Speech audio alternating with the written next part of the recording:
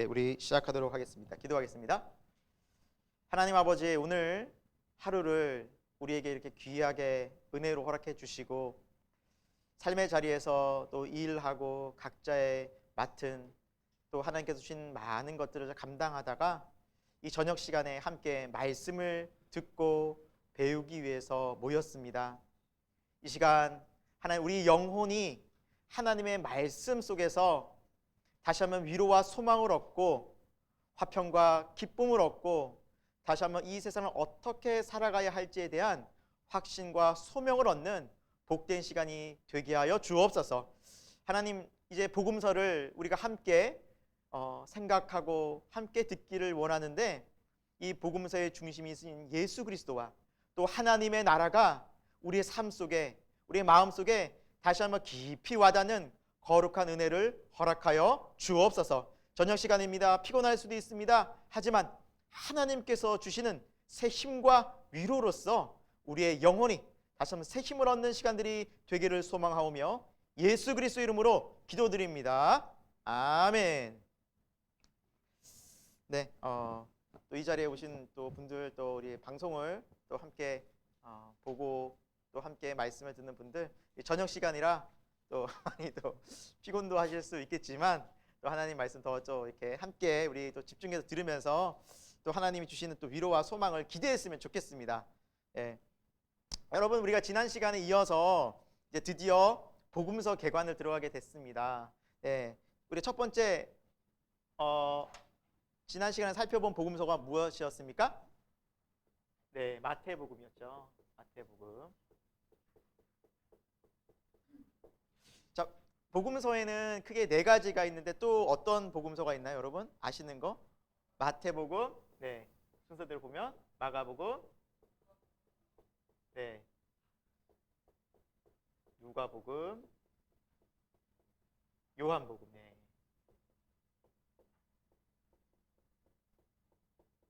뒤에 이렇게 복음이 이제 공통적으로 붙네요, 그렇죠? 네. 그래서 이 복음서들의 주제가 우리가 무엇이라고 어떤 한 단어로 얘기하면 하나님 나라, 그렇죠? 천국, 그렇죠? 네. 그래서 이 복음서에서 우리가 하나님 나라가 무엇인지에 대한 거기에 포커스를 맞추고, 그럼 이 하나님 나라를 누가 알려주러 오신 겁니까? 지금 예수님, 그렇죠?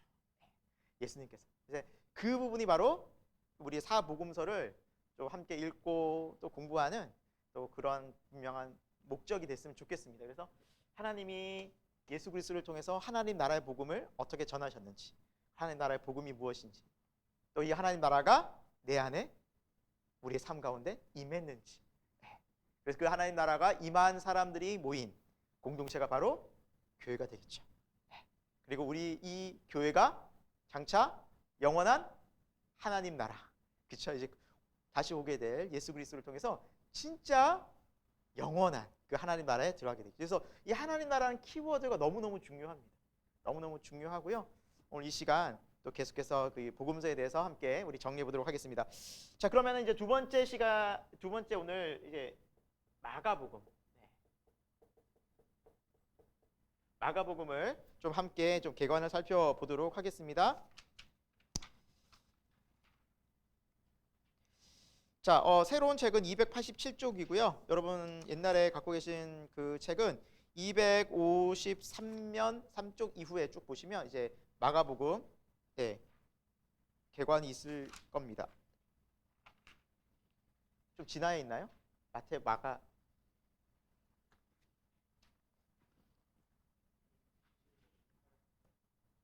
(268쪽에) 있나요?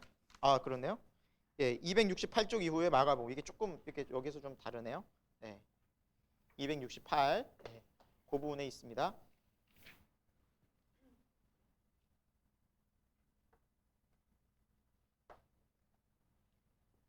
네, 마가복음을 보면, 여러분 마가복음은 복음서 중에서 가장 짧은 책이에요. 몇 장까지 있습니까? 16장까지 있어요. 가장 짧아요. 특징이. 네. 간략하게 정말 서술이 되어져 있고요. 그리고 이 마가복음은 저자가 누구일까요? 네, 어려운 거 제가 안 묻는다 그랬잖아요. 보면 답이 나오는 걸 어려운 거 묻지 않아요. 예, 그래서 마가요, 마가. 그러면 마가는 누구인가라는 거예요. 여러분, 예수님의 12제자 중에 마가가 들어 있습니까? 없습니까? 이건 조금 어려울 수 있어요. 있을까요? 없을까요? 없어요. 예수님의 12제자 중에는 마가가 없습니다. 그 이 마가가 누구일까요? 마가는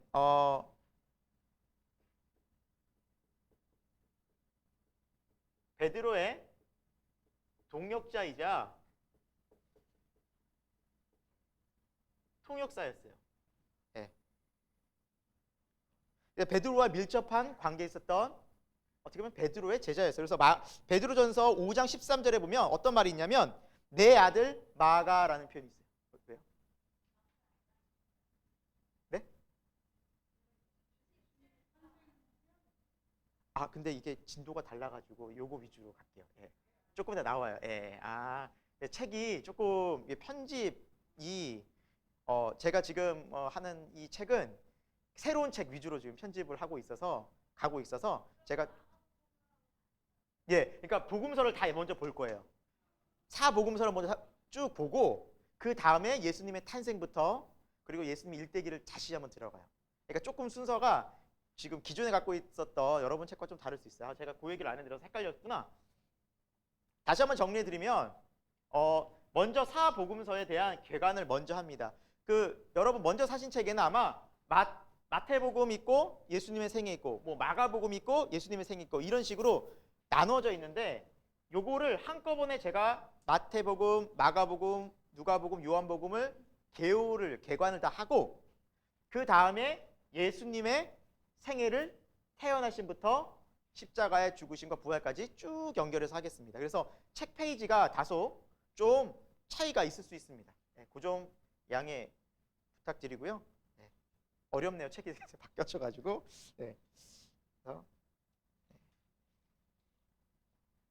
좋은 질문이었어요. 머뭇머뭇거리길래 왜 그러지 했는데. 예. 예. 자, 다시 한번 이제 들어가 보도록 할게요. 자, 마가는요. 마가 요한이라고도 하는데 여러분 그 사도행전에 보면 어디에서 기도하다가 성령을 받죠? 우리가 마가의 다락방이죠. 그 마가의 어머니가 마리아인데 그 마리아는 어릴 때 이제 마가의 아버지가 일찍 돌아가셨어요. 어머니 밑에서 신앙인 어머니 밑에서 유대인 어머니 밑에서 자라서 이제 신앙으로 잘 훈련되어지다가 이제 베드로와 동역하면서 베드로에게 철저히 훈련을 받고 제자가 되면서 예수님의 생애에 대해서 직접 물론 목격도 했겠지만 이제 베드로에 의해서 많이 듣고 베드로한테는 수제자였으니까 옆에서 같이 따라다니며 예수님의 생애를 가장 많이 이야기해 줬겠죠. 그래서 마가는 그렇게 해서 복음서를 쓰게 됩니다. 이거 복음서를 쓰게 된 시기는 약 AD 50에서 60년 사이로 보고 있습니다. 정확한 시기는 우리가 알 수는 없지만 대략 이 정도라고 학자들이 이야기를 하고요. 그러면은 이 대상이 누구일까요? 마가복음에 듣는 대상. 이제 복음서들마다 듣는 대상들이 차이가 있거든요. 주 대상자들이. 마태복음은 우리가 누구라고 함께 배웠습니까? 유대인들이었죠. 그렇죠? 그래서 유대인들이 주 대상자였다면 이 마가복음은 누구냐면 당시 로마에 있는 기독교인들이었어요.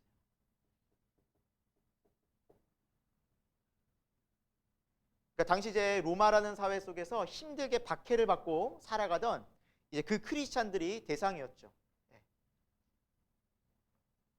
그리고 마가복음의 특징은 예수님의 인간적인 모습이 참 많이 있어요. 인간적인 모습. 그러니까 그 복음서들마다 특징이 있는데 마가는 그 예수님의 인간적인 모습들을 여러 차례 많이 기록해 놓습니다. 그리고 여러분 뭐 잘 아시는 그 예수님이 식사할 겨를도 없이 너무너무 바쁘시고 막 피곤하시고 그런 모습들이 이제 마가에 등장을 하게 되죠. 그래서 로마에 살고 있는 박해받는 유대인들이 끝까지 예수 그리스도를 믿고 또 예수 그리스도와 함께 우리가 믿음으로 잘 살아야 한다라는 이제 주제를 가지고 예수님에 대해서 글을 썼는데, 그래서 뭐 학자들에 따르면 이 마가복음이 가장 먼저 쓰여졌을 것이다라고 얘기를 해요. 예. 그래서 마가복음이 짧고 또 이 마가복음을 토대로 마태나 누가가 보충했을 것이다라고 이제 얘기를 합니다. 예. 우리도 그냥 상식적으로 생각했을 때 적은 거를 여러 가지 살 붙여가지고 늘리는 게 쉽잖아요. 그렇죠? 많은 것을 줄이기보다는. 그렇죠? 그래서 마가복음이 짧은데 이것을 계속해서 여러 가지 덧붙여서 마태와 누가가 사용을 했을 것이다. 그렇게 추측하는 겁니다. 많은 사람들이. 자, 이렇게 마가복음에 대해서 이제 개요를 잠깐 살펴봤고요. 자, 다음에는 무슨 복음서를 우리가 좀 같이 좀 살펴보냐면, 뭐 여러분 이거 막 시험 나오는 거 아니니까요. 막 못 적었다 가지고 어떡하지 그러지 마시고 그렇게 이런 거구나 이해하시면 돼요. 이해하시면 되고요. 저는 이제 칠판을 너무 좋은 거 달아가지고 계속 쓰는 거예요. 너무 이렇게 연연해하지 마시고 막 눈치 필게 막 꼼꼼히 막 잘해가지고. 근데 여러분 꼭 집에 가서 보실 건 아니잖아요. 이제 듣는데 위주로 하세요. 걔는 놓치지 마시고 그냥 그렇구나 듣고 이렇게 마음속에 담아두시면 돼요. 시험 안 볼 거니까. 다음엔 누가복음입니다. 누가복음의 저자는 누구일까요? 이제 큰 소리로 얘기할 수 있죠. 누가입니다. 그러면 이제 누가는 누구일까라는 거죠. 자, 누가도 12제자 중에 한 명이 아니에요. 아니에요. 누가는 헬라인으로서 그의 직업은 의사입니다. 의사였고요. 이제 사도 바울에 의해서 이제 전도가 되어져서 이제 사도 바울을 평생 동안 마지막 순간까지 사도 바울이 어떻게 보면 주치의 역할을 하면서 이제 바울이 어려웠던 그 상황 속에서 의사로서의 옆에서 도움도 줄 뿐더러 또한 동역자로서 어려운 힘든 그 상황 속에서 같이 전도도 하고 막 심부름도 하고 또 이렇게 누가복음을 쓰게 됩니다. 참 충성스럽고요. 정말 믿음이 뛰어난 사람이었어요. 그리고 하나님께서 그의 재능을 잘 활용하신 것 같아요. 여러분 마태, 마가, 누가, 요한복음 중에서 분량이 제일 많은 복음서가 누가복음이에요. 긴 거는 28장까지 있는 마태가 제일 긴데 분량으로 따지면 24장밖에 안 되는 누가복음이 훨씬 더 분량이 많아요. 특히나 누가복음을 쓴 누가는 누가복음뿐만 아니라 뭘 또 썼습니까? 그렇죠. 여러분 잘 아시는 사도행전의 저자가 누가예요. 그래서 여러분 신약 성경에서 누가복음과 사도행전을 다 합한 퍼센트가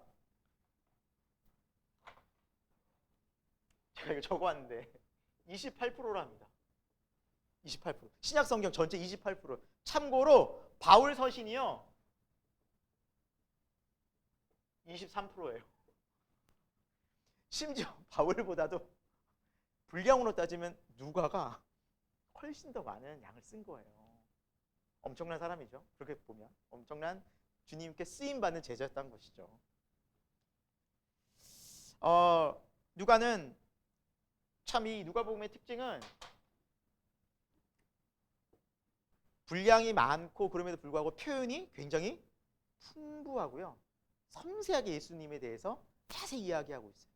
그래서 특징이 뭐냐면 문체도 내용도 풍부하고 섬세한 묘사가 있어요. 예수님에 대한 그런 특징을 갖고 있습니다. 내용도 많고 표현도 뛰어납니다.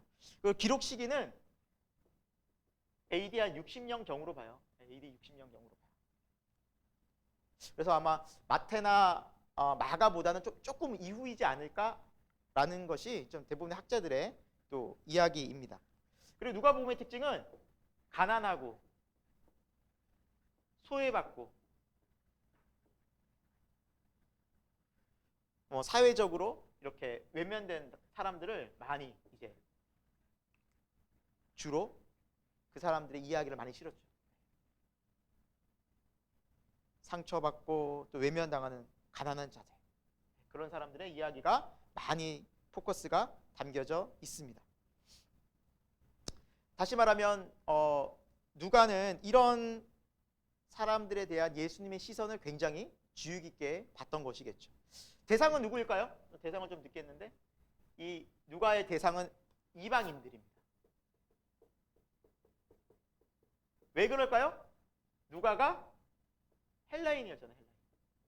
그러니까 누가 자체가 이방인이었기 때문에 누가는 주로 이제 이방인들에 대한 관심이 많았어요. 이 복음이 나 같은 이방인들에게도 예수님의 이 생명의 복음이 들어와서 하나님의 백성, 주님의 자녀로 불러주셨구나. 그러니까 예수님이 유대인의 왕이 아니라 온 세상의 구주심의 왕이시구나 라는 그러한 메시지가 강합니다.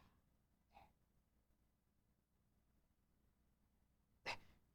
정리가 좀 되셨다고 좀 보고요. 좀 지우도록 할게요. 이렇게 누가복음 우리가 좀 같이 좀 살펴봤고요. 자, 이제 다음 마지막 복음서는 마태, 마가, 누가 다음에 바로 요한복음이죠. 요한복음. 요한복음의 저자는 당연히 요한인데 이 요한은 예수님의 12 제자 요한입니다. 그래서 복음서 4개 중에 예수님의 12 제자는 마태와 요한 2명이에요. 사도 요한이고요. 이제 기록 시기는 이게 참 한참 멀어요. 이게 AD 90년이에요. 그러면 아까 전에 우리가 다른 복음서들은 AD 빠른 건 50에서 뭐 늦게라도 60년 그 언저리인데 한 30년 이상 차이가 나죠. 한참 지난 뒤라는 것을 알 수가 있죠. 그래서 이 대상은 누구냐면 세상에 이제 흩어지게 된 그리스도인, 소위 디아스포라라고 하죠. 그런데 어떻게 세상이 흩어졌는가? 여러분 이스라엘 역사를 보면 AD 70년경에 로마에 의해서 예루살렘 성이 완전히 파괴가 되고 함락이 됩니다. 그러면서 이 유대인들이 엄청난 핍박을 받기 시작합니다. 그리고 세계 각지로 흩어지게 돼요. 이게 나라가 없어지는 거예요. 쉽게 얘기하면. 그래서 세계 각지로 흩어지면서 이 사람들이 예수님 믿는 사람들이 뿔뿔이 흩어지게 된 거예요. 뿔뿔이 흩어지게. 그래서 그들을 대상으로 이제 요한이 이 요한복음을 쓴 것입니다. 그래서 이 요한복음은 좀 특별한, 읽다 보면 여러분이 아마 읽으시면서 성경을 오래 보신 분들 혹은 여러 번 이제 성경을 보시면서 신앙생활 하신 분들은 느끼셨을 거예요. 마태, 마가, 누가는 좀 비슷한데 요한복음 보면 뭐 이렇게 장황해? 그런 느낌을 받으셨죠? 그냥 은혜만 받으셨어요? 그냥 다 좋았어요. 그냥 느낌이 좀 달라요. 읽다 보면은 마태, 마가, 누가는 그래서 뭐 여러분 그냥 알아두세요. 사복음서 중에 요 세 개를 공관복음이라고 그래요. 공관복음. 마태, 마가, 누가는 되게 비슷해요. 근데 요한복음은 너무너무 달라요. 읽다 보면. 그러니까 예수님의 생애긴 한데 뭔가 모르게 여러 가지 표현들이라든지 이런들이 정말 좀 달라요. 왜 그런 거 아니? 이 마태, 마가, 누가는 예수님께서 활동하실 때 예수님께서 이제 33살까지 그렇죠? 사역하시고 십자가에 죽으셨잖아요. 그 이후로 20, 30년 뒤에 쓰여졌으니 예수님의 활동의 모습을 보고 경험한 사람들이 여전히 살아있던 시기였어요. 그러니까 예수님이 이런 일을 하셨다 그러면 아멘, 맞아. 맞아. 나도 그거 알아 하면서 같이 충분히 공감할 수 있었어요. 예수님 이야기들을. 그런데 AD 90년은 그런 사람이 다 죽은 거예요. 예수님의 살아생전에 예수님 목격한 사람이 다 이제 죽은 거예요. 그러면서 시대가 한참 지나면 어떤 일이 벌어졌냐면 잘못된 사상들, 이단 사상들, 뭐 대표적으로 막 영지주의 이런 이단들이 너무너무 막 활기를 친 거예요. 그래서 예수님이 정말 누구신가라는 거기에만 포커스가 맞춰졌으니 첫 번째 예수님은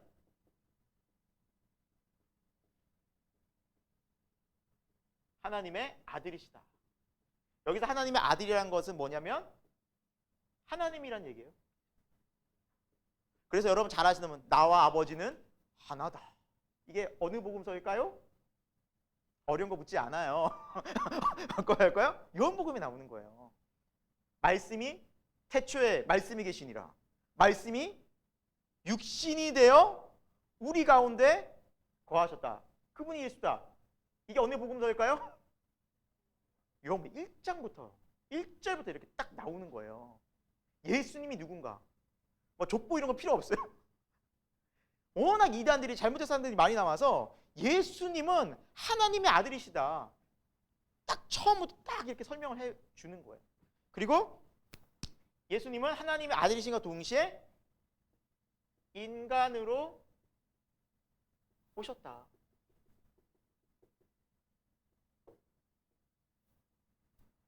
인자라 그러죠.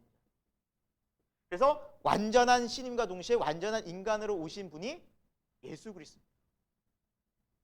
그러니까 그 이단들이 야 예수님이 완전한 하나님인데 어떻게 불완전한 인간으로 올 수 있어? 의심을 품는 거예요. 이게 말이 돼?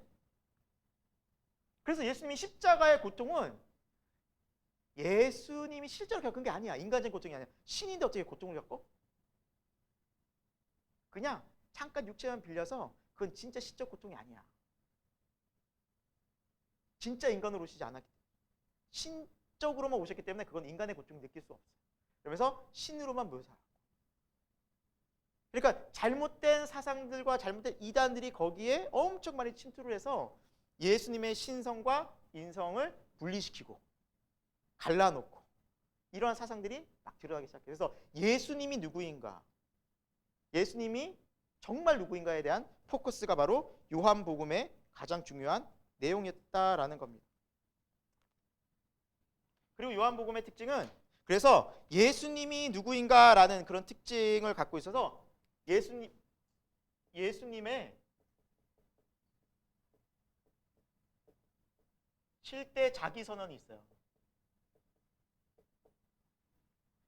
예수님이 누군가라는 실대 자기. 이거 보면은 왜 다른 복음서에는 없지?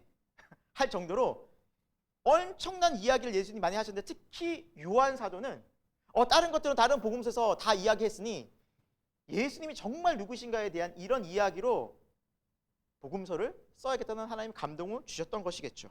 그래서 첫 번째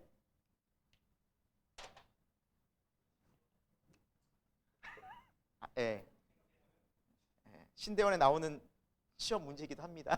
사실 근데 너무 중요해요. 자, 나는 생명의 떡이다. 요한복음 6장에 나오죠. 나는 생명의 떡이니. 그 다음에 예수님의 두 번째 자기선 나는 세상의 빛이다. 나는 세상의 빛이다. 요한복음 8장에 나와요. 또 예수님이 뭐라고 얘기하시면 나는 양의 문이다. 양들이 나를 통해서, 그러니까 사람들이 나를 통해서 아버지께로 인도함 받는다. 양들이 우리로 들어갈 때 그 문으로밖에 들어갈 수 없잖아. 나는 울타리를 갈 수가 없잖아요. 그래서 내가 곧 그 아버지께로 양들의 문이다. 그 다음에 나는 선한 목자다. 나는 양들을 위해서 생명을 버린다. 나는 선한 목자다. 그런 말씀이 바로 여기에 있고요. 그 예수님이 나는 부활이요 생명이다. 양의 문이 요한복음 10장에 있고요. 나는 요한복음 10장에 있고요. 나는 생명의 부활이다라는 요한복음 11장에 있고요. 그 다음에 나는 길이요 진리요 생명이다.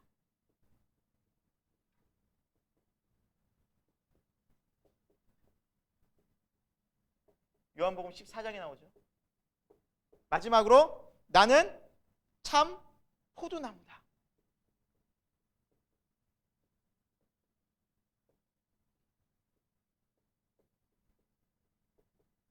이렇게 예수님께서는 예수님이 누구시라는 분명한 선언들을 말씀해 주셨어요.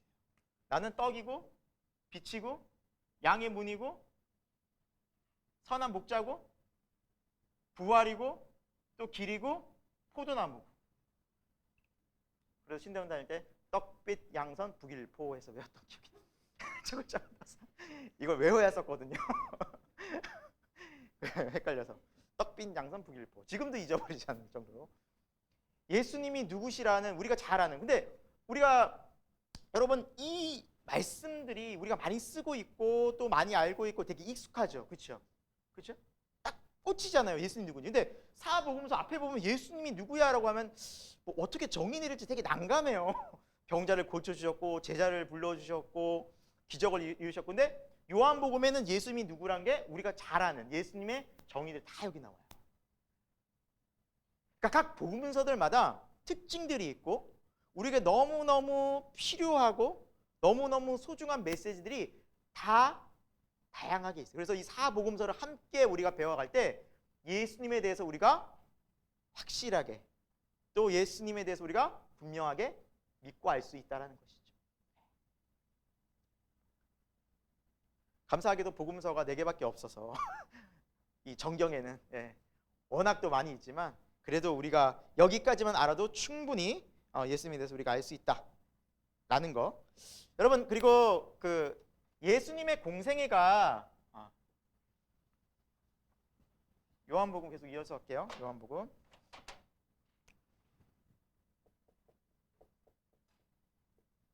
예수님의 공생애가 여러분 몇 년이라고 우리가 이야기를 보통 합니까? 뭐 3년 혹은 3년 6개월 이렇게 얘기를 하죠. 그러면 성경에 어디 나와 있는지 혹시 아세요? 저 어려운 거 질문하지 않아요. 요한복음 그렇죠. 요한복음에 나와 있어요. 이제 다 요한감 같아요. 여기에 나와 있어요. 요한복음. 그러면 요한복음에 그러면 3년이다. 뭐 3년 6개월이다. 뭐 3년 몇 개월이다. 이렇게 딱 떨어지게 나와 있는 게 아니라 뭘 보고 아냐면 바로 자, 6월절이란 절기는 1년에 몇 번 있어요? 한 번 있잖아요. 그래서 예수님이 6월절을 몇 번 지켰는지 보면 알 수 있겠죠. 그래서 요한복음에 6월절이 총 4번이 나옵니다. 왜냐? 마지막 6월절에 돌아가셨거든요. 그게 요한복음에 다 나와 있어요. 좀 요거는 여러분 참고로 적어두시면 되게 좀 좋을 수 있어요. 첫 번째 6월절은 요한복음 2장 13절이에요. 혹시 뭐 성경책 나중에 한번 찾아보세요. 여기에 6월절이라고 나와요. 요한복음 2장 13절에 나오고요. 두 번째 6월절은 어디 나오냐? 요한복음 5장 1절에 나와요. 세 번째 6월절은 요한복음 6장 4절에 나옵니다. 자, 네 번째 6월절은 마지막 6월절이죠. 예수님께서 십자가에 못 박혀 돌아가신 12장 12절에 나옵니다. 요한복음 12장 12절. 그래서 이제 첫 번째 6월절을 보내시기 전에 한 6개월 정도 이제 사역을 하시고 1년, 요 사이 1년, 여기 1년, 요 사이 1년. 그리고 마지막 6월절에 돌아가신 거죠. 이해가 되세요? 여기 1년, 여기 1년, 여기 1년. 그리고 요한복음 2장 13절 6월절 지내시기 전부터 사역을 시작하셨어요. 공생에는. 그래서 그걸 한 6개월 정도로 봐서 총 3년 6개월이다라는 이야기를 하고 있습니다. 여러분들이 너무 믿음이 좋으셔서 3년 6개월 혹은 뭐 3년에 공생했을 때 그 여러분이 아멘 하셨죠? 아 그런가 보다. 근데 그 출처가 바로 여기에요. 이거를 가지고 3년 6개월이다 라고 이야기를 합니다. 혹은 3년의 공생이다 라고 이야기하는 근거가 여기 있다는 것이죠. 혹시라도 누가 물어보시면 이제 당당히 얘기해 줄 수 있겠죠? 성경 어디에 나오는지. 네, 요한복음에 나온다라는 거죠. 자, 지금부터는 이제 예수님의 탄생부터 우리가 좀 살펴보려고 합니다. 약 한 세 부분으로 좀 크게 나누어지는 것 같아요. 예수님의 공생애를 1년, 2년, 3년 나눴듯이 예수님의 생애와 함께 마지막까지 저와 함께 이 책을 들어가 보도록 하겠습니다. 교재 새로운 교재는 36과 289페이지고요. 옛날에 먼저 샀던 분은 27강 259페이지입니다. 드디어 예수님의 탄생을 들어가게 됩니다. 탄생. 네. 자, 우리는 이제 실제로 예수님이 어떻게 성경 가운데 오셨고 말씀하고 계시는지 함께 살펴보도록 하겠습니다.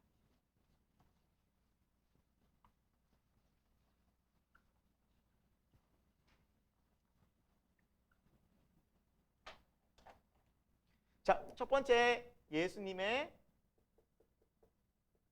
탄생입니다.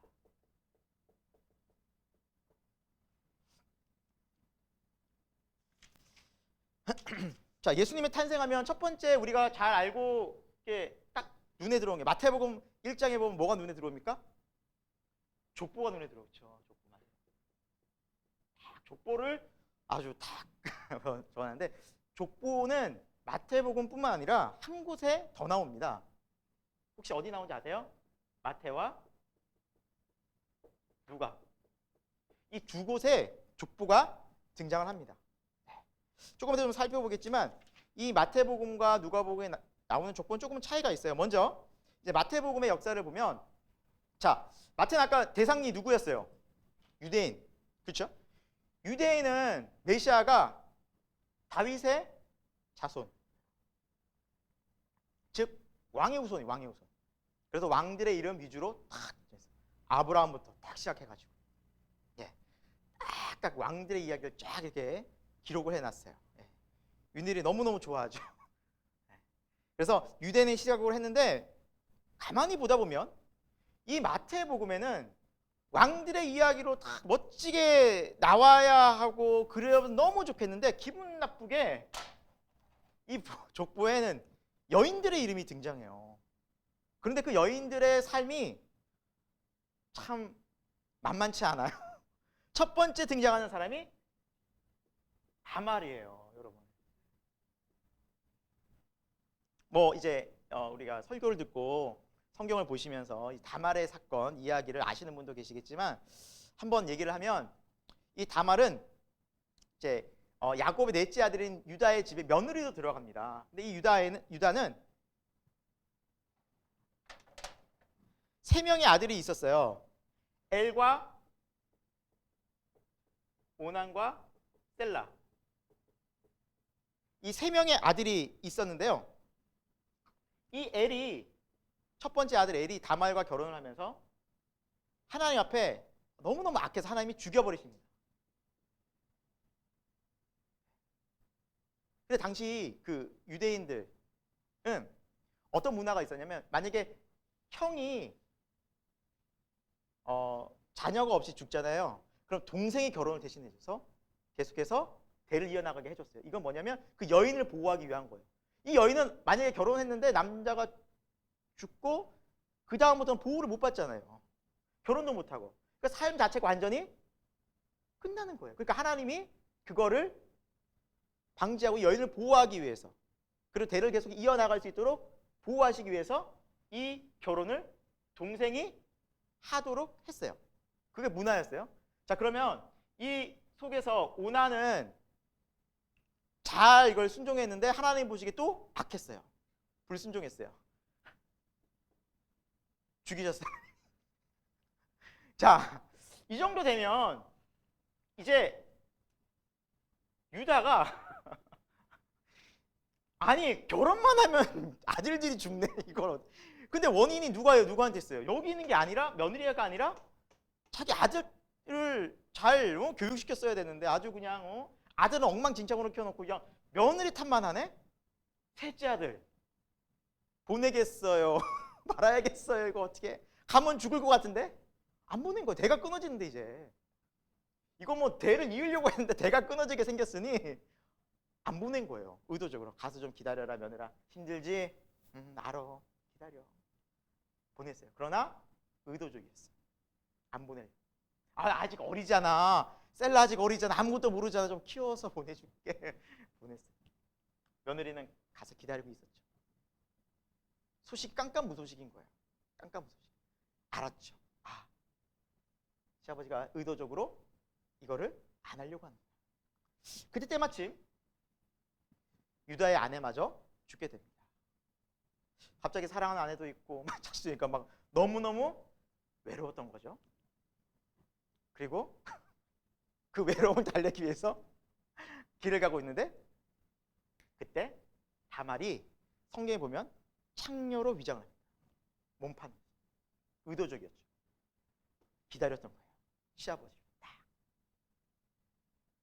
근데 유다가 창녀를 보더니 잠자리를 원합니다.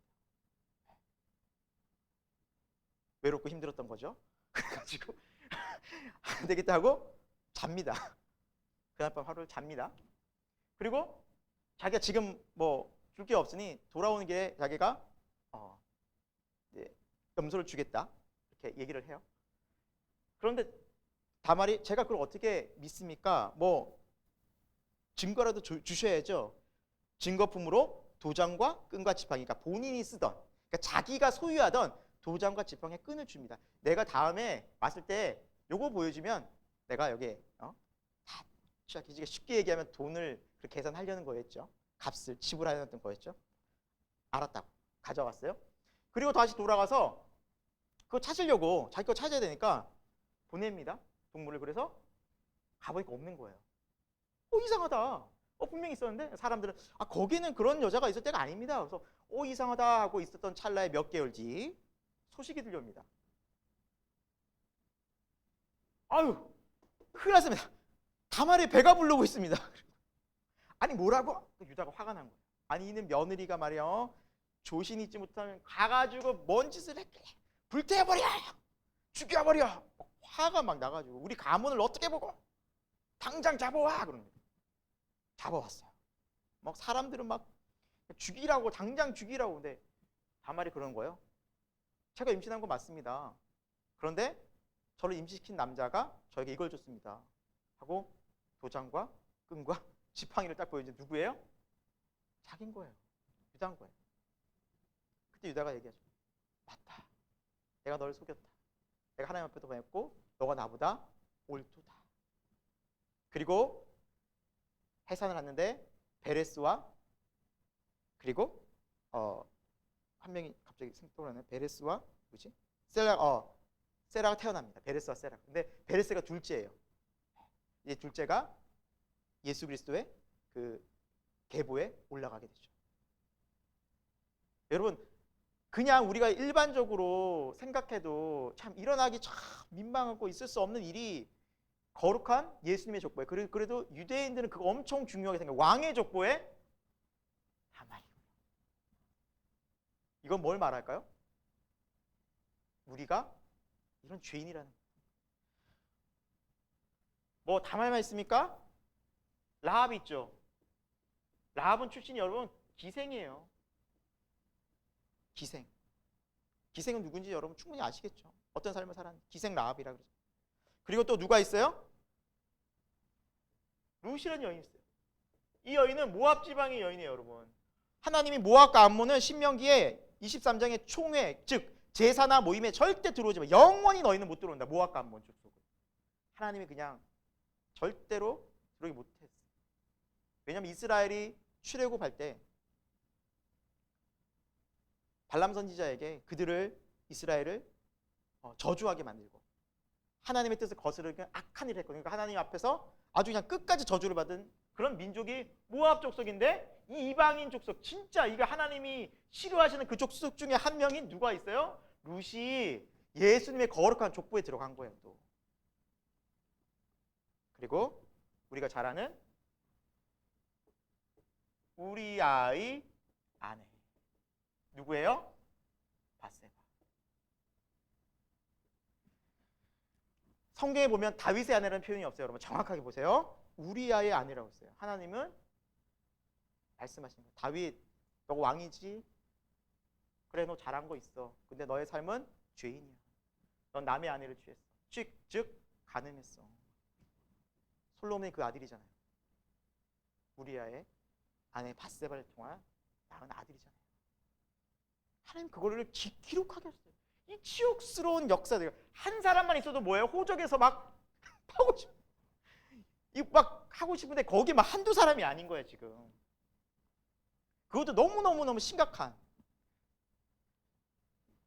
예수님의 족보는 이렇게 의도적입니다. 예수님이 유대인의 왕으로 오셨지만 또한 우리 죄인들을 구원하시려, 죄 가운데 가득한 인생 속에 있는 우리를 살리러 오신 거예요.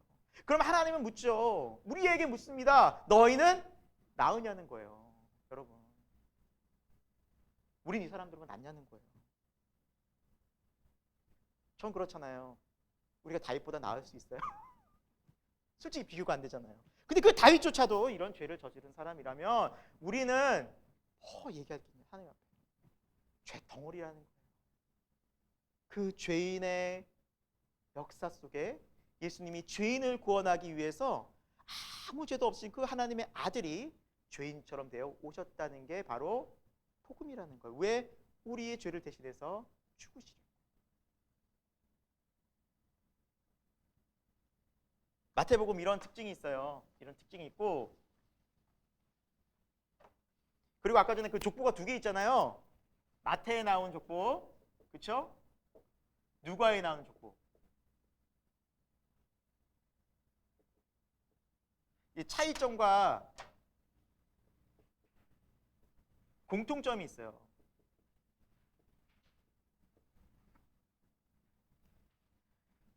이 두 족보는 좀 차이점과 공통점인데, 첫 번째, 마태는요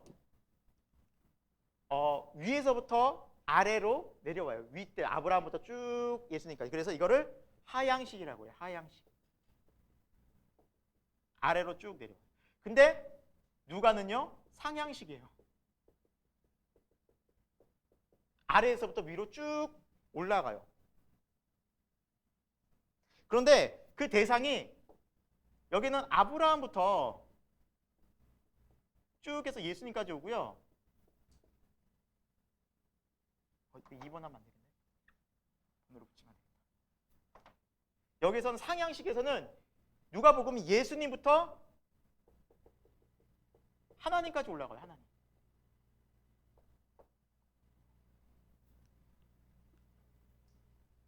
그래서 뭘 얘기하고 싶냐면, 마태는 예수님이 주로 유대인들 대상에 유대인을 왕으로 오신 예수님을 강조했다면, 누가는 아까 이방인들에 대한 예수님에 대한 구원자잖아요. 그러니까 온 세상의 구주, 온 세상의 왕이 바로 예수 그리스도다. 예수 그리스도는 온 세상의 구원자시다. 그래서 마태는 유대인의 왕으로 오신 강조했고, 여기는 온 세상, 온 세상의 왕을 강조하고 있습니다. 공통점도 있습니다. 공통점은 뭐냐? 둘 다 예수님의 인간으로 오신 하나님의 아들.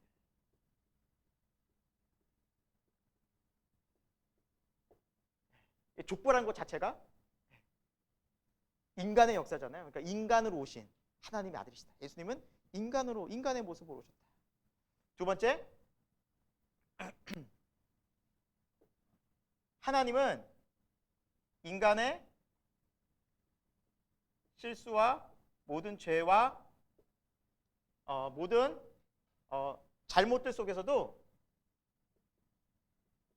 신실하게 약속을 지키신다. 그래서 이 족보를 보면, 이야기를 보면, 여러분 우리 성경을 보면 참 말도 안 되는 게, 하나님이 몇 번 정말 화도 많이 내시고 이 이스라엘이 얼마나 많이 범죄합니까? 우리 구약을 봤잖아요. 그렇죠? 한두 사건이 아니잖아요. 근데 그때그때마다 하나님이 계속해서 참고 인내하고 약속 주시고, 또 쳐서라도 계속 쳐서라도 회개시키고 돌아오고 그게 끊임없이 반복됐어요. 그러니까 즉 유대인들이 잘해서, 이스라엘 백성들이 정말 잘해서 이 역사가 흘러간 게 아니라, 하나님이 오래 참고 이 약속, 내가 너희를 구원할 거야, 내가 너에게 메시아를 보낼 거야, 내가 너희에게 정말 나의 사랑을 보여줄 거라는 약속 때문에 이게 이어져 온 거예요. 안에서 벌써 끝났죠. 벌써 끝났죠. 우리 인간의 죄만 가득한 역사였기 때문에 하나님의 신실한 약속이 그 인간의 죄를 덮고도 남아 있었다. 이 속에서 예수님이 오셨어요. 이런 인간의 죄악 덩어리 같은 인생 속에 예수님이 태어나셨어요. 죄인 취급 받으신 거예요. 쉽게 얘기하면. 그게 바로 이 족보에 나타난 의미라는 사실입니다. 5분간 쉬는 시간을 갖고 우리 계속해서 이어나가도록 하겠습니다. 벌써 45분이 흘렀네요. 네, 5분간 휴식하겠습니다.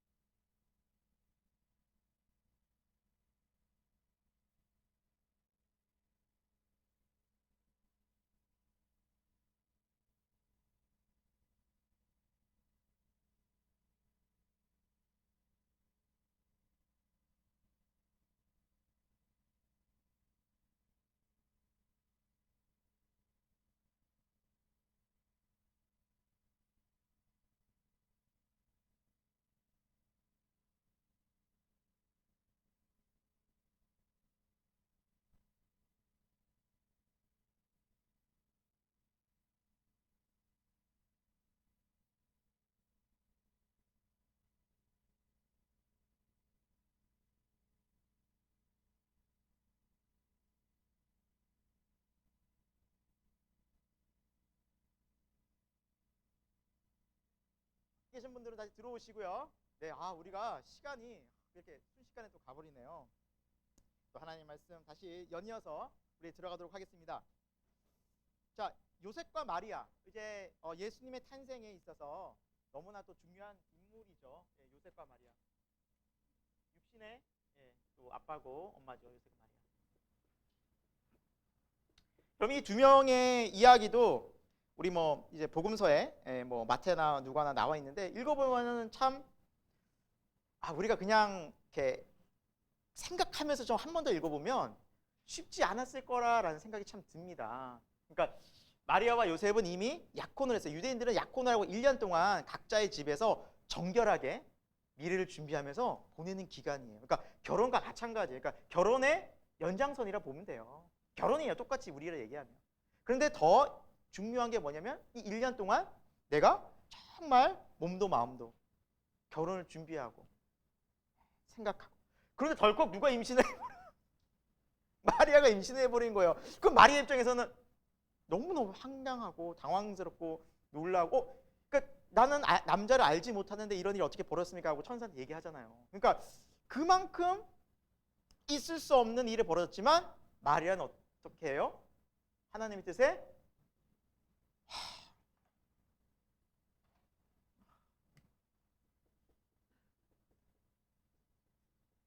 순종하죠.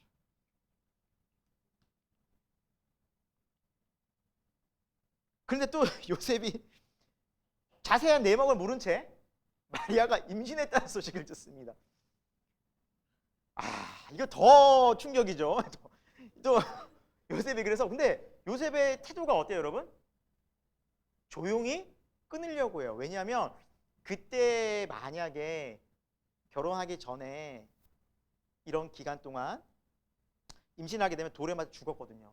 그러니까 돌에 맞아서 마리아도 죽을 뿐 아니라 그 뱃속에 아이도 죽을 것 같으니까 조용히 없던 일로 하려고 끝내요. 그러니까 굉장히 의로운 사람이에요.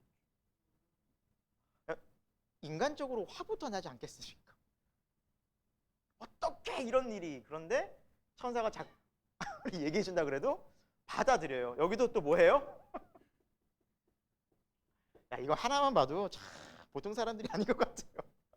그래서 이 하나님의 말씀에 순종을 함으로 정말 하나님께서 약속하신 처녀가 잉태하여 아들을 낳을 것이다 라는 하나님의 구원의 놀라운 일들이 사역들이 시작되게 되는 것이죠. 자, 예수님의 탄생은 또 어떨까요?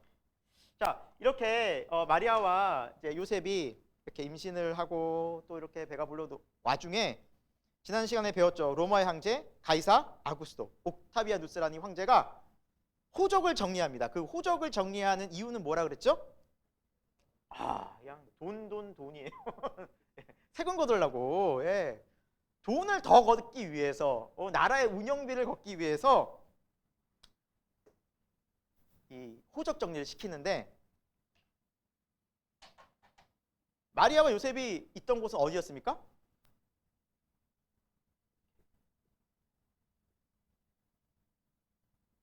갈릴리 나사렛 지역이잖아요. 그렇죠? 요 지역이에요. 요 지역에서 예루살렘, 베들레헴 이렇게까지 와야 돼요.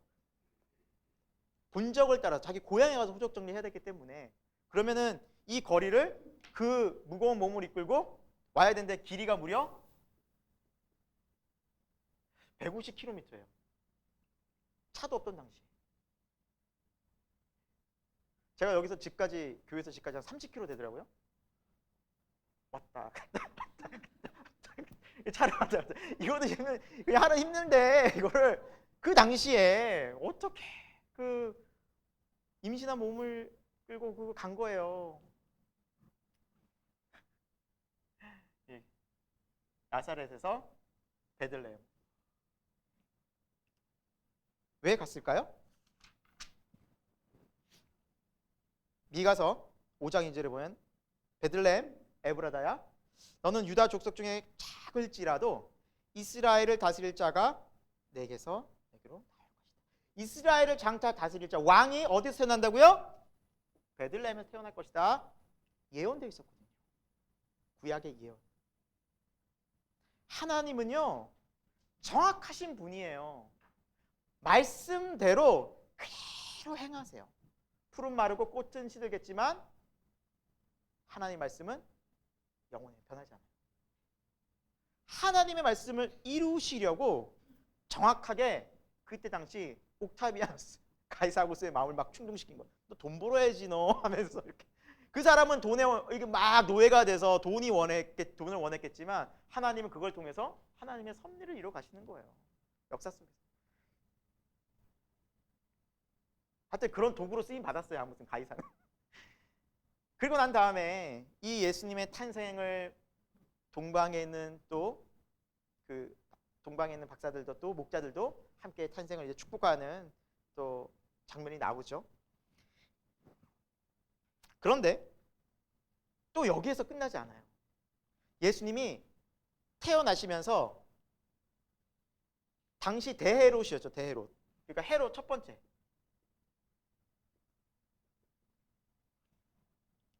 이 대헤롯이 유대인의 왕이 태어나는 소리를 듣고 위기의식을 느낍니다. 동방박사 얘기를 듣고. 그래서 어떻게 해요? 그 당시에 이 지역에 살고 있는 2살 미만의 어린을 다 죽여버려요.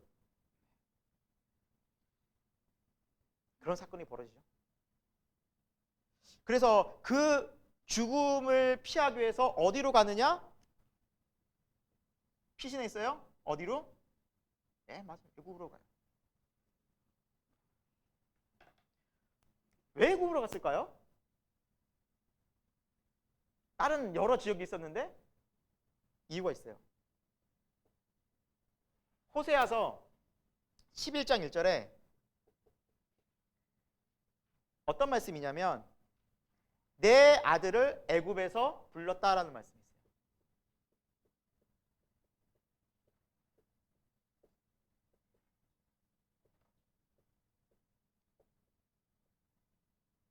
글씨가 이래도 좀 양해 부탁드립니다. 그냥 이해만 하세요. 내 아들을. 알아보시겠죠? 못 알아보시는 눈치인데 좀 잘 쓰겠습니다. 애굽에서 불렀다. 내 아들을 어디에서 불렀다? 애굽에서. 이 말씀을 이루시려고. 그리고 어쨌거나 잠시 잠깐 피해 있어서 다시 돌아가야 되는데 여기서 살 수는 없잖아요. 그렇죠? 집도 아니고. 그래서 다시 여기로 가려고 하다 보니 그때 마침 이 대헤롯이 죽고 우리가 지난번에 얘기한 분봉왕들이 이 세 지역을 다스리게 된 거예요. 뭐 헤롯, 알켈라오, 헤롯 안디바, 헤롯 빌립 이 세 명이 다스리고 있는데 그 중에 정말 포악한 왕이 바로 여기에서 예루살렘 중심으로 사마리아를 다스리고 있었던 아켈라오였어요. 아켈라오.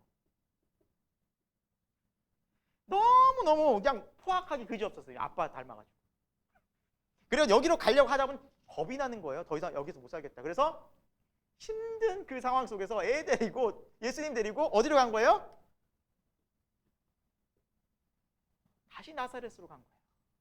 고향. 이유 없이 간 게 아니에요, 여러분. 마태복음 23장에 보면 예수님이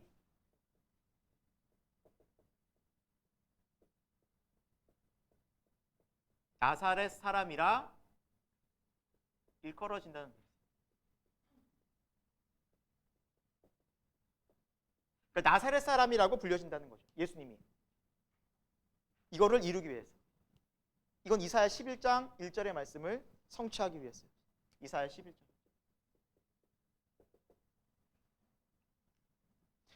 이유 없이 이동한 게 아니었어요, 여러분.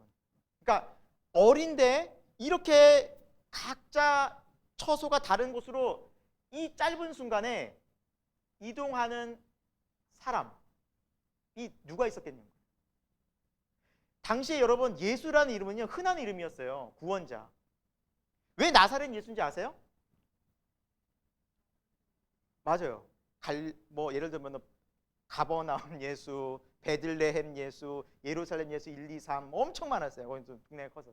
그러니까 예수라는 이름이 너무너무 흔한 이름이었어요. 그래서 나사렛 예수가 우리가 알고 있는, 우리가 믿고 있는 성경에 말하는 그분이라는 걸 알려주기 위해서 이렇게 하나님이 구약의 그 예언들을 하나하나 이루어 가시기 위해서 사건들을 일으키시고 그리고 이런 상황들을 다 해서 마리아와 요셉은 그냥 그 상황 속에서 어쩔 수 없이 갔지만 하나님은 지금 뭘 이루기 위해서요?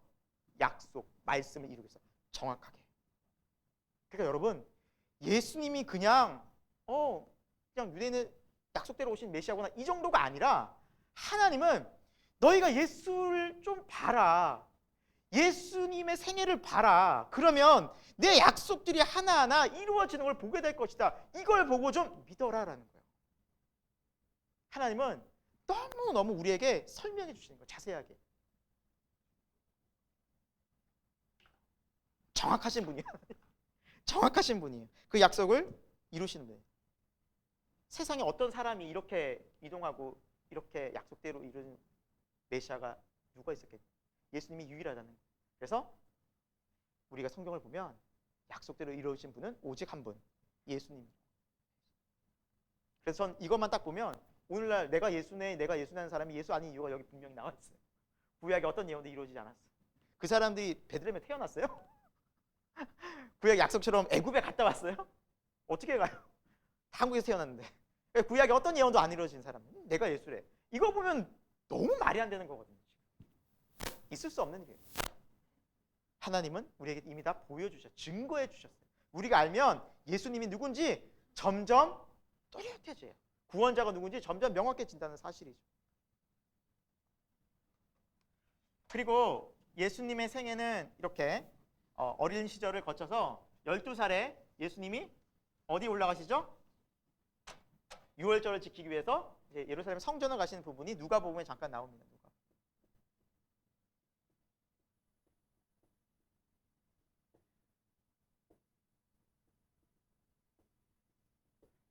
성전에 방문해서 그 당시에 정말 하나님의 말씀을 알고 율법을 가르치는 사람들과 막 토론하고 그렇죠.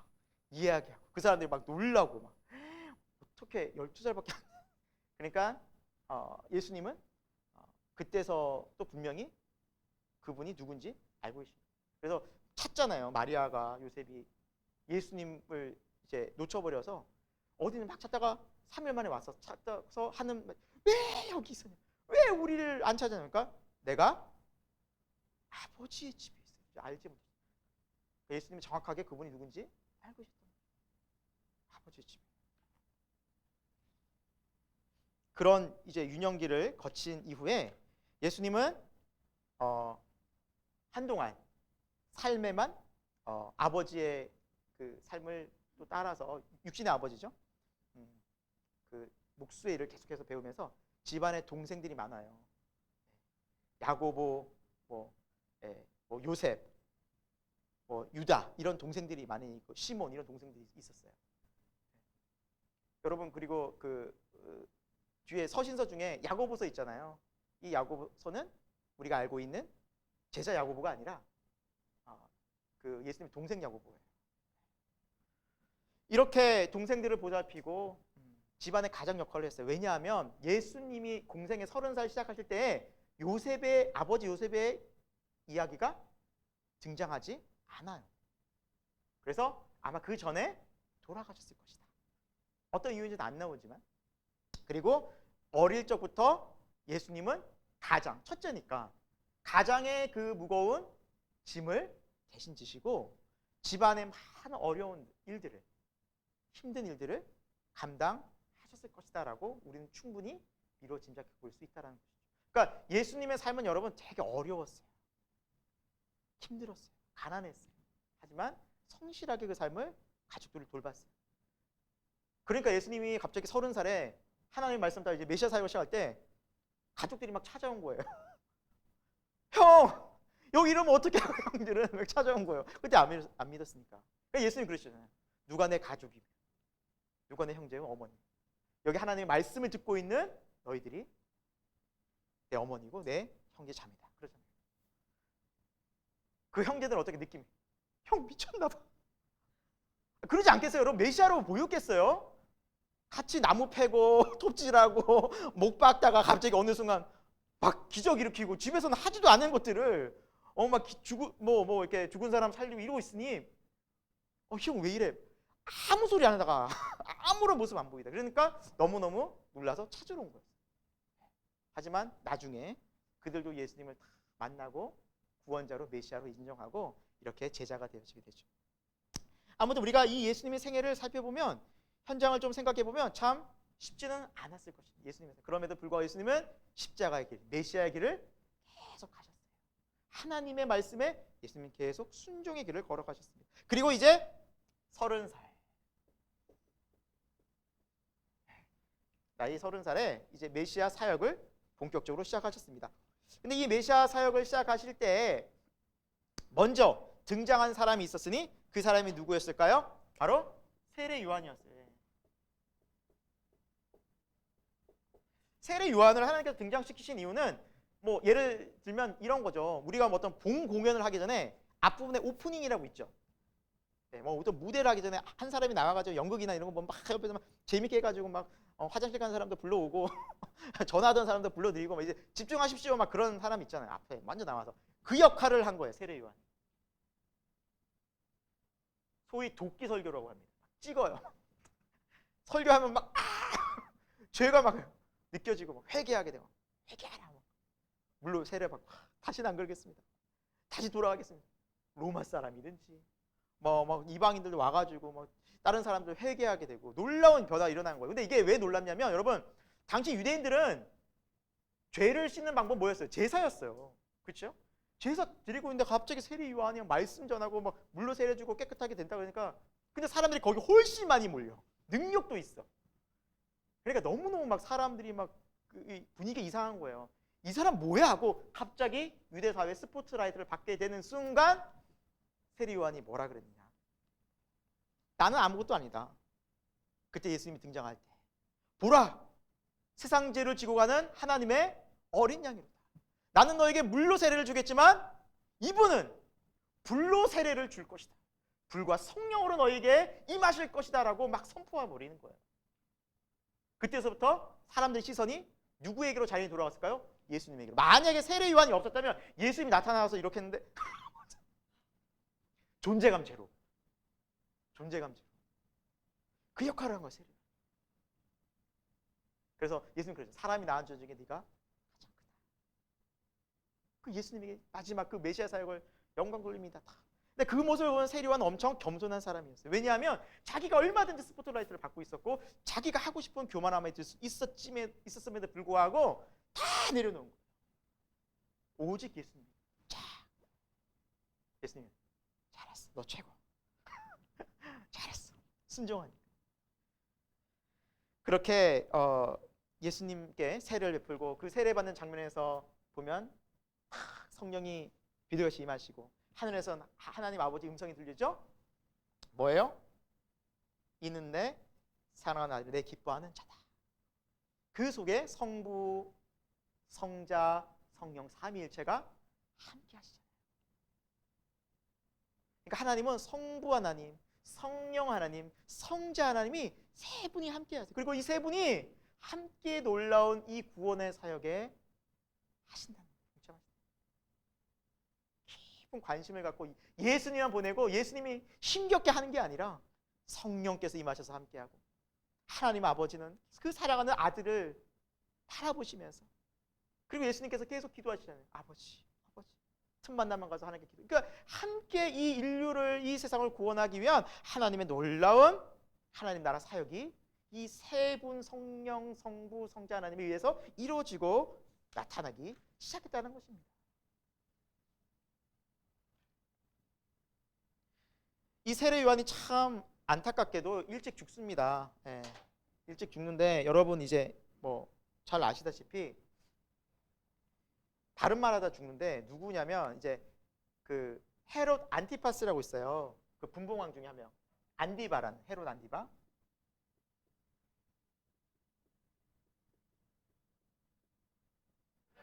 이 헤롯 안디바가 참 악한 이 사람도 뭐 아버지 닮아서 그런지 하여튼 그 아버지 그 아들이에요. 하여튼 아들들이 멀쩡한 아들들이 없어요. 그냥 권력과 세상 정욕에 막 해가지고 이 헤롯 이 자기의 배다른 형제 헤롯 빌립의 아내를 취합니다. 헤로디아라는 그 여인을 취하는데 좀 요걸 좀 설명해 보면 대헤롯이요. 우리 약간 요 아버지죠. 헤롯 안디바의 아버지 대헤롯이 이거 그냥 설명만 들으세요.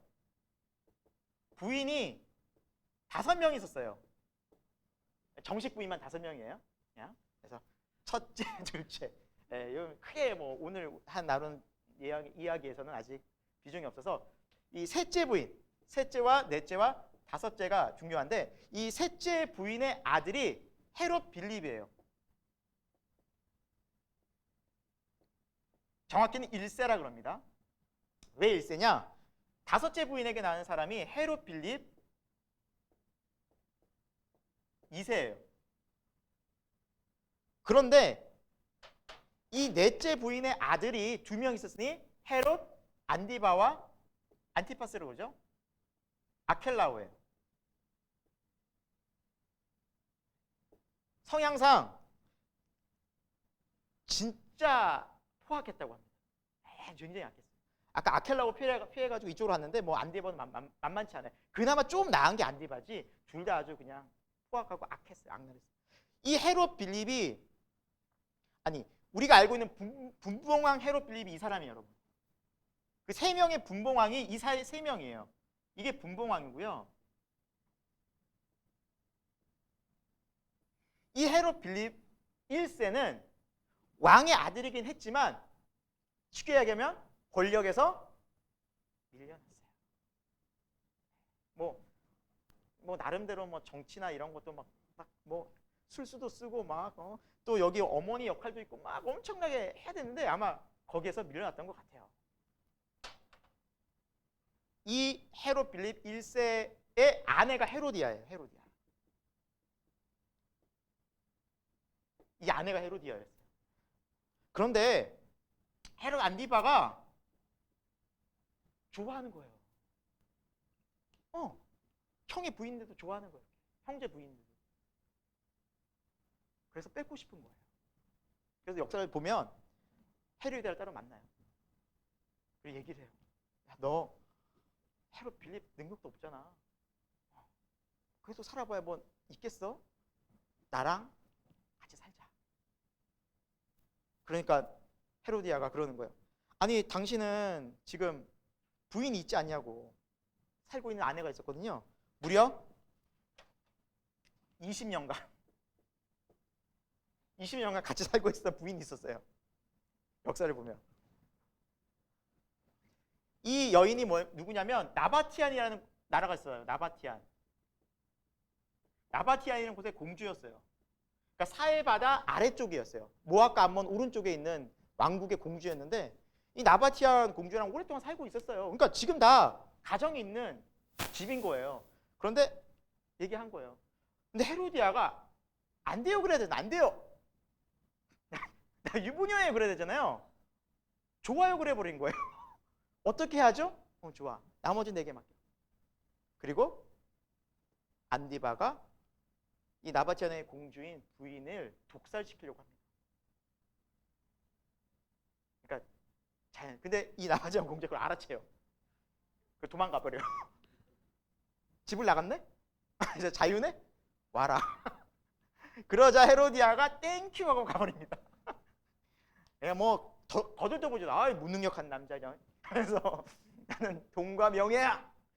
이렇게 가버리니 세리요한이 아까 도끼 설교 알죠? 이거는 잘못됐어. 이거는 옳지 않아. 막 해보니까 기분 엄청 나쁜 거예요. 근데 죽이지는 못하고 감옥에 가둬놓은 거예요. 왜? 하나님 두려워서.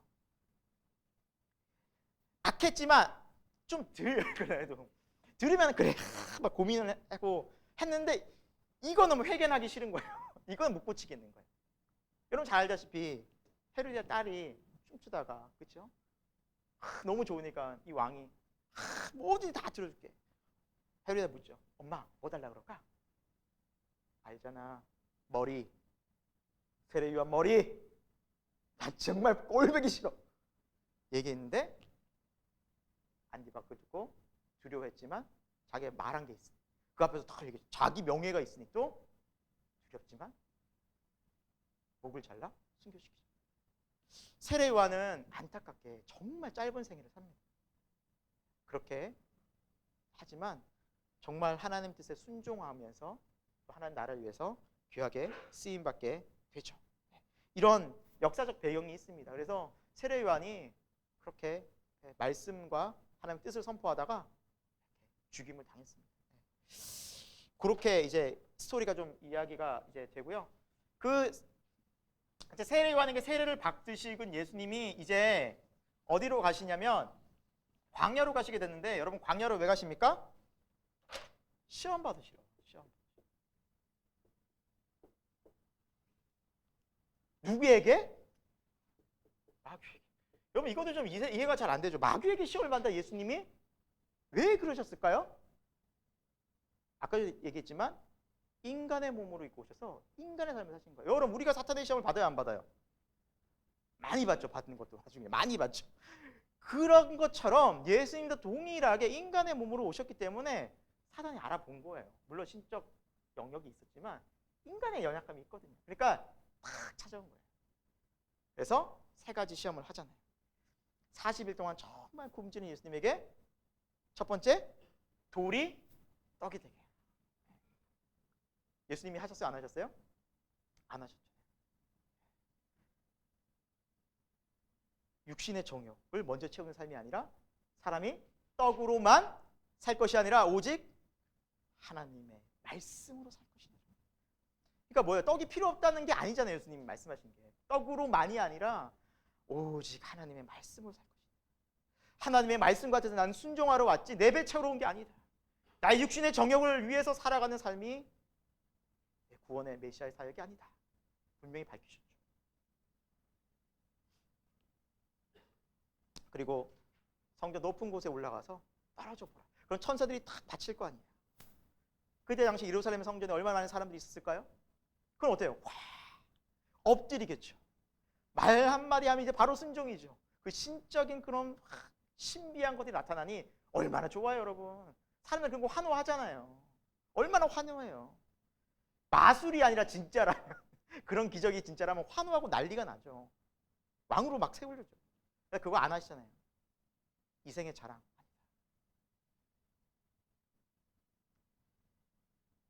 하나님을 시험하지 말라, 이런 거.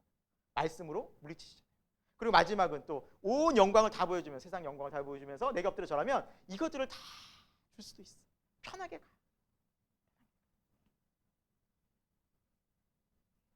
세상 모든 것들, 눈으로 보는 거 다 가질 수 있게 해줄게. 모든 것들 너가 즐길 수, 할 수 있어. 안목의 정욕. 그것도 하나님의 말씀으로 물리치십니다. 다만 하나님만 경외하고 너의 정욕을 따라 살지 말고 너의 육신을 원하는 눈의 만족을 위해 살지 말아야 한다는 것을 알려주시면서 여호와 하나님만 섬겨라. 여러분 이것이 우리가 가야 할 믿음의 길인데 언제 무너졌어요? 이게? 언제 이 첫 번째 이게 무너졌어요? 아담과 하와에서 무너졌잖아요. 이 두 명이 이거 그대로 사탄한테 당했잖아요. 야, 저 선악과 볼래? 오, 먹음직도 하고 보암직도 하고 막 하면서 야, 저거 뭐지? 하나님처럼 되겠는데. 와, 그냥 눈이 번쩍번쩍 해가지고 벌써부터 다 육신의 정욕, 안목의 정욕, 이생의 자랑을 사단은 세상의 것들을 가지고 아담과 하와 이후로 이 세상 사람들이 이 길을 계속해서 가고 있었으니 그것이 바로 뭐였어요? 죄의 길이었어요. 이 세상의 것들을 가지고 죄의 길이 뭐예요? 다른 말로 하면 하나님의 뜻에서 벗어나는 거예요. 등지는 거예요. 하나님의 말씀에서 벗어나는 거예요. 그러니까 예수님께서 시험과 유혹을 뭐로다 물리치셨어요? 기록되었을 때, 기록되었을 때, 기록되었을 때. 예수님은 권능이 없으셔서 그랬을까요? 사탄아 물러가라면 끝이에요. 그런데 기록된 말씀을 다 인용하시잖아요. 그렇다면 여러분 우리가 승리하는 길은 뭘까요? 오직 뭐예요? 말씀이에요, 말씀.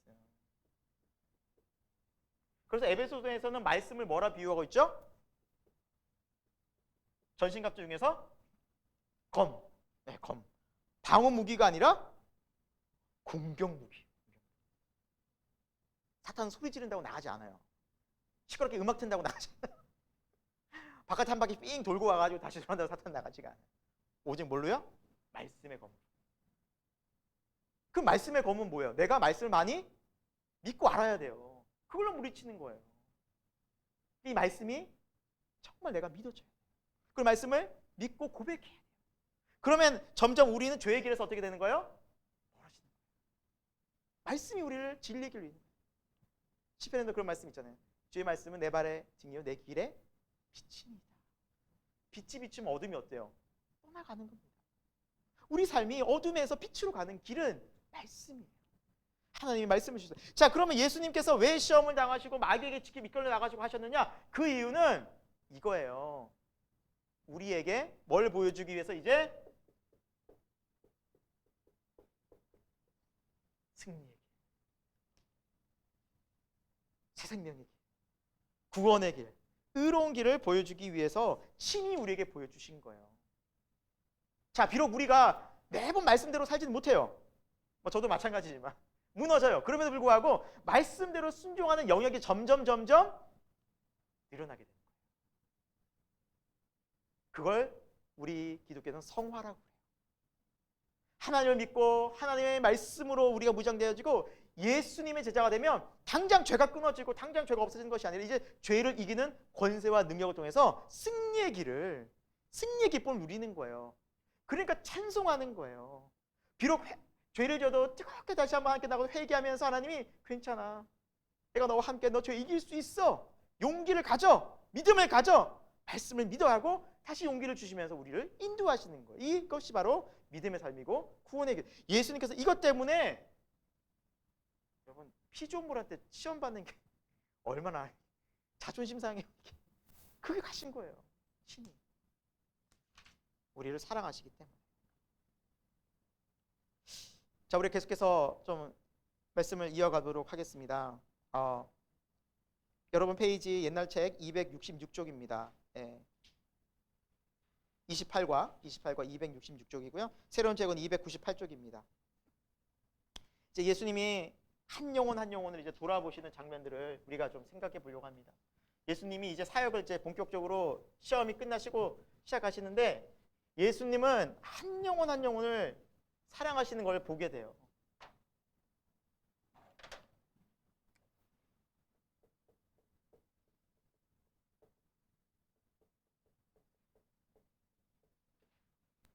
예수님은 많은 사람을 만나십니다. 그렇죠? 병자들을 고치십니다.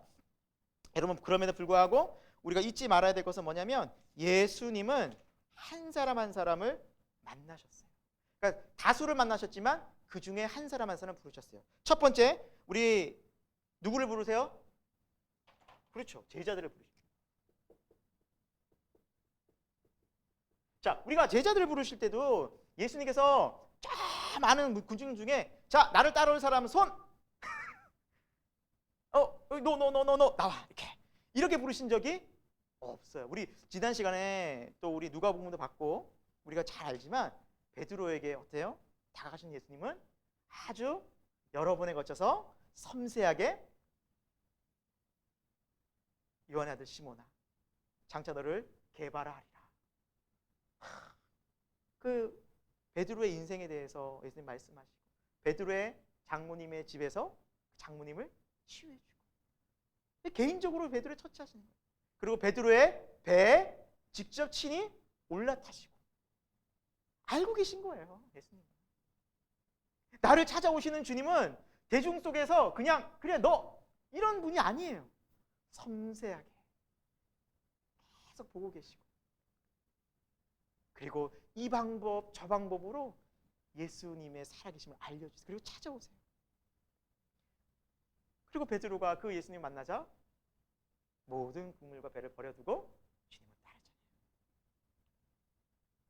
세리마태에게도 세관에 앉아있는 오셔서 나를 따르라. 아마 성경에는 많은 이야기들이 생각되어 있었겠지만 우리가 미루어 짐작컨대 세리도 마태도 분명히 어떤 일들이 많이 있을 겁니다. 예수님 그런 분이세요. 우리를 찾아오시는데 아주 인격적으로 아주 섬세하게 한 사람 한 사람을 부르신다는 것이죠. 그리고 그 제자들을 12명을 일단 부르시고 12제자를 또 부르시고 뭐 제자들은 참 많았어요. 성경에 보면 뭐 70인 제자도 나오고요. 그렇죠? 제자의 무리들이 많이 나옵니다. 그러니까 이 12명의 핵심 제자인 것이지 예수님을 따르는 또 많은 제자들이 있었다고 볼 수가 있습니다. 근데 여러분, 제자들을 부르시면서 예수님과 제자들의 삶은 뭐냐면 동고동락이었어요.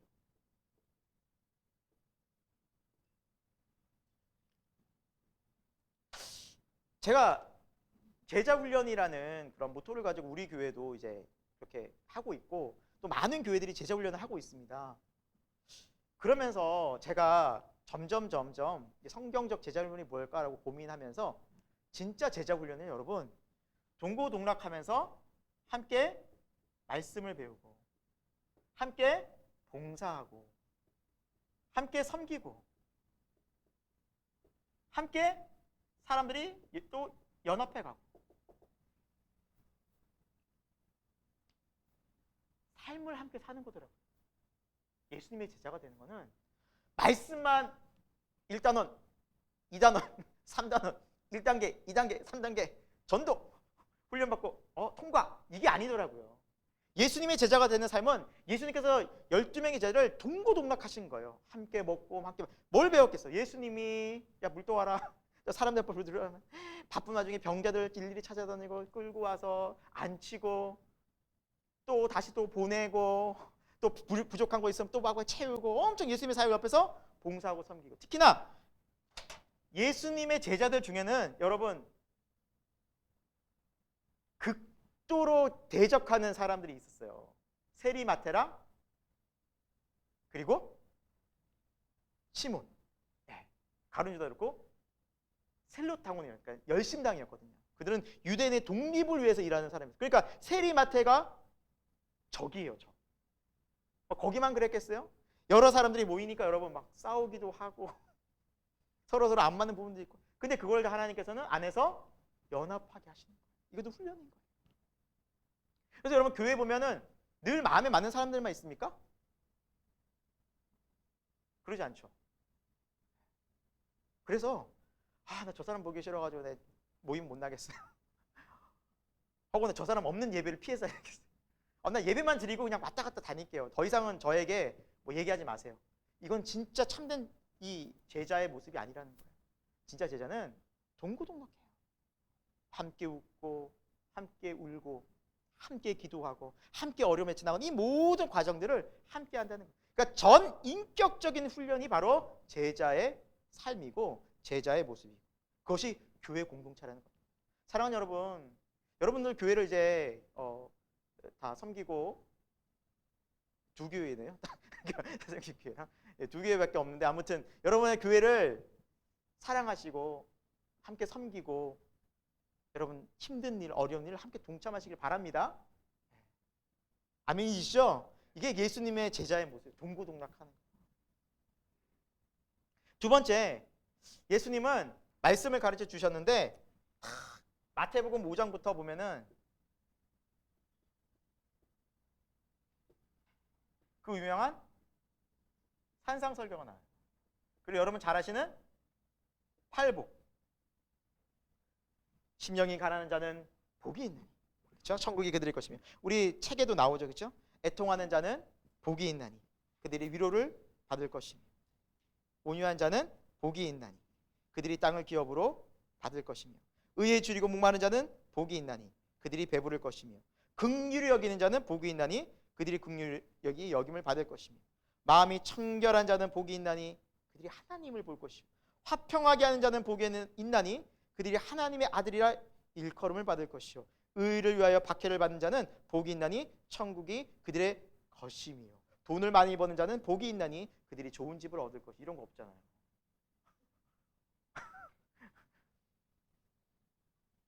이런 거 없잖아요. 우리 막 끼고 싶죠. 넣고 싶죠. 이렇게. 뭐 뭔가 좀 밋밋한데 잘 돼야 될 거 아닙니까? 세상에서도 하나도 없어요. 아쉬우세요? 감사하세요? 네. 그러니까 여러분 예수님 믿는 게 본질이 뭔가 우리 잘 봐야 돼요. 예수님 믿는 복은 예수님 그것 때문에 오신 게 아니에요. 세상에서. 그 부수적인 거예요. 하나님이 영광을 살면 돼요. 나머지는. 그러나 진짜 하나님께서 주시는 뭐냐면 우리 마음과 우리 영혼과 우리 전 인격적인 삶이에요. 이것이 하나님의 온전한 사람으로 변화됩니다. 누구처럼? 예수님처럼 사는 거예요. 우리의 기준이 세상의 기준이 아니라 말씀이 되기를 소망합니다. 그래서 우리가 말씀을 보는 거예요. 여러분, 은혜 받았다는 증거는 딴 게 아니에요. 막 기적을 보고 체험하고 그게 아니라 은혜 받았다는 건 뭐냐? 하나님의 말씀이 이 말도 안 되는 말씀 어느 순간 달게 느껴져요. 맞아, 아멘. 주여 내게도 이런 복을 주옵소서. 이게 은혜 받은 사람이에요. 하나님의 말씀이 드디어 달게 오면 저는 막 부딪혔어요. 막 화가 나요. 어떻게 이렇게 살라고, 용서 어떻게, 아유 정말 오른뺨을 대면 왼뺨까지 되고 어떻게 오를 가는 심리를 어떻게 가냐고 막 화가 나고 막 부딪혀요. 마음에 반감이 생기는데 어느 순간 이 말씀이 맞아, 아멘. 주여 저도 이렇게 살고 싶고 소망합니다. 주여 저에게 은혜를, 이게 은혜 받은 사람이에요. 그게 진짜 하나님이 원하시는 하나님 안에서 새 생명 가운데 사는 사람. 이런 삶이 하나님 안에서 참 평안하고 또 예배가 은혜롭고 여러분 하나님 교제가 깊어지는 겁니다.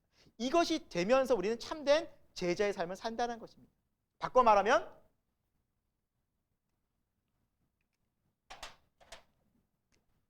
제자가 아직 안 된 분들은, 다시 말하면 믿음이 없는 분들은 이런 사람이 되는 거예요, 안 되는 거예요? 안 되는 거예요. 제자가 아직 안 된 분들은 이런 삶이 안 돼요. 그러니까 흉내내서 될 수 없는 겁니다. 기독교는 예수님의 제자들에게 하신 말씀이에요. 제자들에게. 그럼 우리는 어떤 길로 가야 할까요? 이제 제자의 길로 가야 되는 거예요. 정말 내가 예수님의 제자라면 이제 이런 삶을 하나님 앞에서 순종하면서 갈 수 있도록 기도하고, 또 이런 삶을 살 때 내가 하나님 앞에서 정말 감사해요. 기뻐요. 왜?